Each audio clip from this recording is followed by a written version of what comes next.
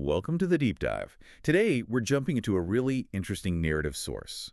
It introduces this whimsical hidden world, but also this surprisingly relatable character named Pip. Yeah, it's a fascinating bit of world building, but seen through a very personal lens.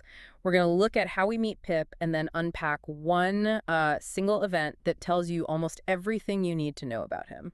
Right. Our mission here is to synthesize the details from this source about this chance meeting and, well, a single pretty explosive event. It's a great example of how character can be revealed through action, even seemingly small actions. And the way into this world, it tells you a lot about the tone straight away. You don't need some ancient artifact. No, not at all. The source says if you want to see this place, you have to spin clockwise 3 times at twilight, then squint toward the moon. I mean, just picture that for a second. It's physical, a bit absurd, and has that specific timing twilight. It makes the world, the plane of Ethorai, feel kind of elusive. Maybe even a little bit silly.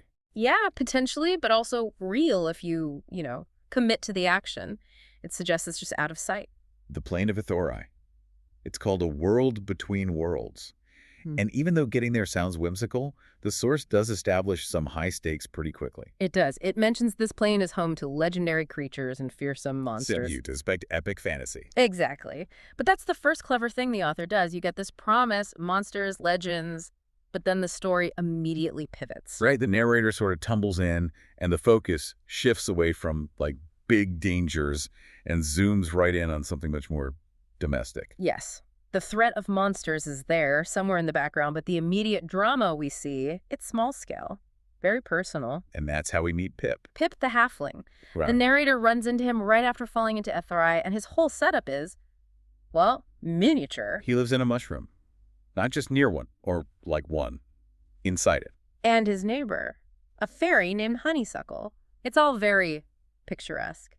Almost deliberately so. It feels like classic fantasy stuff, doesn't it? Yeah. The mushroom house, the fairy next door. It does, but the source uses these familiar, maybe even cliché elements to make a really important point.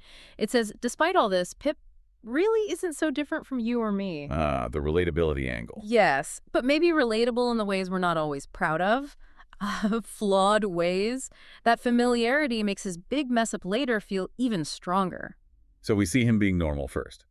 The narrator mentions sharing the most delicious sugared petal pies with him by the roadside. Yeah, this nice calm moment.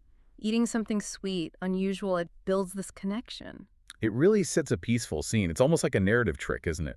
Lulling you into this cozy fantasy vibe. Before everything goes sideways. Exactly, before the Midsummer Night's disaster kicks off. And that cozy atmosphere makes the resulting chaos, the conflict, feel even more absurdly amplified. The actual stakes are tiny, but the emotional reaction, huge. So this disaster starts with a party, right? A big fairy party.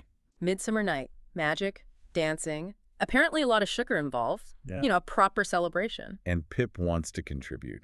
He's excited. That excitement is key. Because it means his failure isn't just tripping in private, it's a very public fumble. He's bringing his contribution. Which is? A wooden bucket, just brimming with apples for Honeysuckle. A gift. Okay, so he's got his bucket of apples. And here's the first detail that really defines Pip's approach to things. Yeah. He doesn't just open his mushroom door. No. The source is very specific. He bumps the door open with his bottom. With his bottom. Yeah. It tells you straight away this is not a character known for grace or careful planning.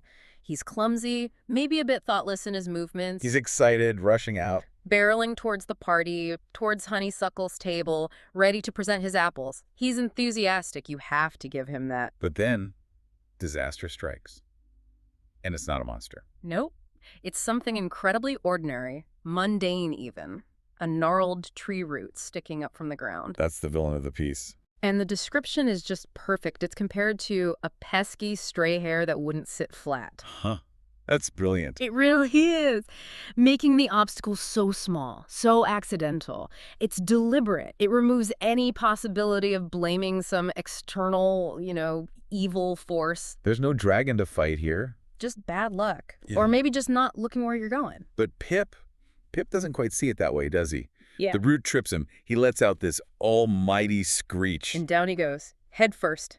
It's pure chaos, instantaneous. Apples everywhere. Everywhere. The source says they hit the table, the tree, and crucially, Honeysuckle gets hit too. Oh, dear. And the final indignity, the bucket he was carrying flips over and lands right on his head with an almighty thunk. Oh, Pip. So the immediate aftermath. This is where Pip's character really comes out, isn't it? Absolutely. You get this stark contrast in reactions. First, honeysuckle. Even though that she just got smacked by an apple, right? She's rubbing her cheek. Exactly. But her immediate reaction is pure concern for him. She cries out, "Oh, Pip, are you okay?" And she flutters over, offers him a hand. She's a picture of kindness. Collateral damage, but still focused on him. It sets her up perfectly as his foil, altruistic, forgiving. And Pip's response to this kindness Is not great, not relief, not embarrassment, not even just saying, "Ouch." No. He meets her concern with this huge, aggressive yell, "No, I am most certainly not all right." Wow. Just straight to anger. Instantaneous and completely disproportionate. This is the core of it, isn't it? He cannot handle this minor mishap gracefully. He immediately needs someone else to be at fault. And who does he pick? Honeysuckle. The one person showing him kindness, he actually accuses her. It's baffling. What does he say? He yells, "You didn't tell me about the tree root." He blames her for the root. Yes, it's pure deflection. He can't admit he was clumsy or just unlucky. Yeah. It has to be her fault for not warning him about the ground. That's quite something. It shows zero ability to cope with minor adversity, zero self-awareness in that moment. And what specifically is he upset about? Is it just the fall? Well, he mentions two things. His sore head, naturally, but also the bruised apples. The apples, seriously. Yes. The apples he was bringing as a gift are now damaged property, and he presents this as equally important, equally tragic as his own sore head. He wants sympathy for the fruit. Okay, Pip is really not covering himself in glory here. Not at all. And this outburst, this misplaced anger, it has a real effect on Honeysuckle. The source says she recoiled in fright. Oh, poor Honeysuckle. Yeah. And there's this image of her wings drooping as she looks down sadly.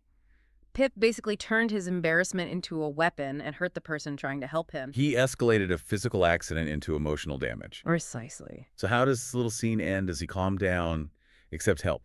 Oh, no. He refuses help, refuses dignity. He just turns around and stomps back to his mushroom house. The stomping itself is telling, isn't it? Very childish. Like a tantrum. Exactly. But there's one final detail. The source gives us this perfect visual punctuation mark for his fury. Go on. He slams his little mushroom door so hard, the chimney falls off with a loud, clattering crash. He slammed the door so hard the chimney fell off his house because he tripped over a root and bruised some apples. That's the picture the source paints. He literally damaged his own home because he couldn't handle tripping. Wow. Okay, so let's synthesize this a bit. We come into this world expecting maybe epic quests, monsters. Right, legendary creatures, fearsome monsters. But the first real conflict we witness is this. A halfling having a meltdown over a tree root. It suggests that maybe the biggest monsters in Ethorai aren't the external ones? Well, it certainly suggests that Pip's internal struggles, his temper, his inability to take responsibility, that's going to be a major factor in his story, maybe more challenging than any monster. So the main takeaway here for you listening, it's this tension, isn't it? Between the whimsical setting, Ethorai, mushroom houses, fairies, and this very raw, very relatable, very human kind of failure from Pip. Exactly. That chimney crashing down isn't just slapstick. It's like a symbol of his emotional self-sabotage. It's loud, it's messy, and it's entirely self-inflicted. This character, Pip, is defined for us right out of the gate by this failure. Blaming others. Disproportionate anger. He starts his journey essentially by yelling at his kindest neighbor because he wasn't looking where he was going. It sets a very, very specific tone. Which brings us to our final thought for you to chew on after this deep dive. We know Pip lives in this world that supposedly does have real dangers, those fearsome monsters. Right, the stakes are potentially very high out there. So if this is how he reacts to a tree root and a bruised apple, what does that foreshadow? What kind of journey does a character like this need to go on to handle actual threats? To become, capable, maybe even heroic in a place like Ethorai? Yeah, how does someone who starts here get there? That seems to be the implicit question this whole incident leaves us with.